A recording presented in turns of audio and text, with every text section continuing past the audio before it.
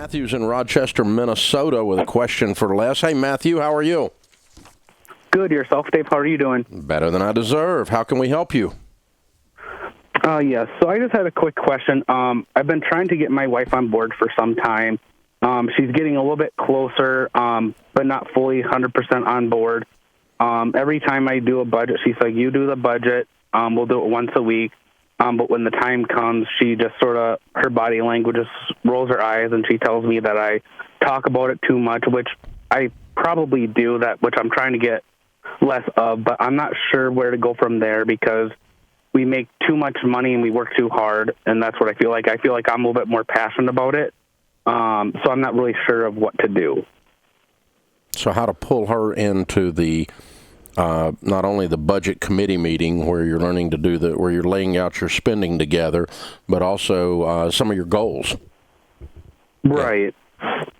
Les? Yeah. So, and I'm guessing that you are just hardwired to do this more than she is. Would you say that's true?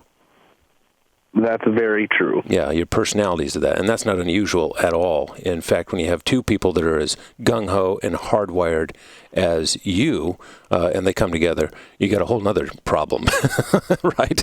Because there's too much octane in the gas tank. But in this situation, Matthew, I love your question. We hear it a lot, and one of the things that I would suggest is to, first of all, just make sure that she feels understood, and do this from a genuine place. Make sure that she feels understood about what is it that is boring, whatever maybe her fear is. And one of the best ways of doing that is just to kind of dip down into her life story on money. In her home growing up, how was it handled? And to kind of understand that background can give you some insight and some empathy for her. And then it sounds like you're already aware of this, but maybe taking your foot off the gas pedal a little bit so there's no guilt. Guilt is a terrible motivator. Mm-hmm. And so if she's feeling like, oh, I just can't ever measure up to what he wants, and so why try? That's not good, right? And so those two things, if you can help her feel understood and genuinely try to get in there and really understand, ask questions, in a way that is compassionate. Don't interrogate her, but in ways that she feels like, oh man, he really wants to understand me in this area. You'll be surprised at how she can come along.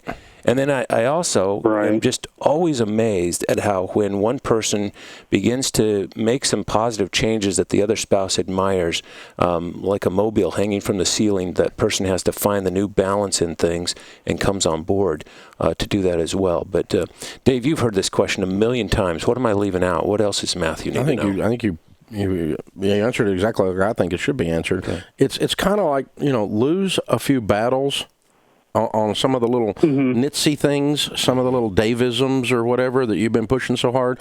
Lose a few of those battles to win the war. The war is unity. Right. Unity will supersede if you maybe not intense enough on the debt snowball. Well, the intensity will come through the unity faster than it will be just trying to dial her passion level up on this issue. Right.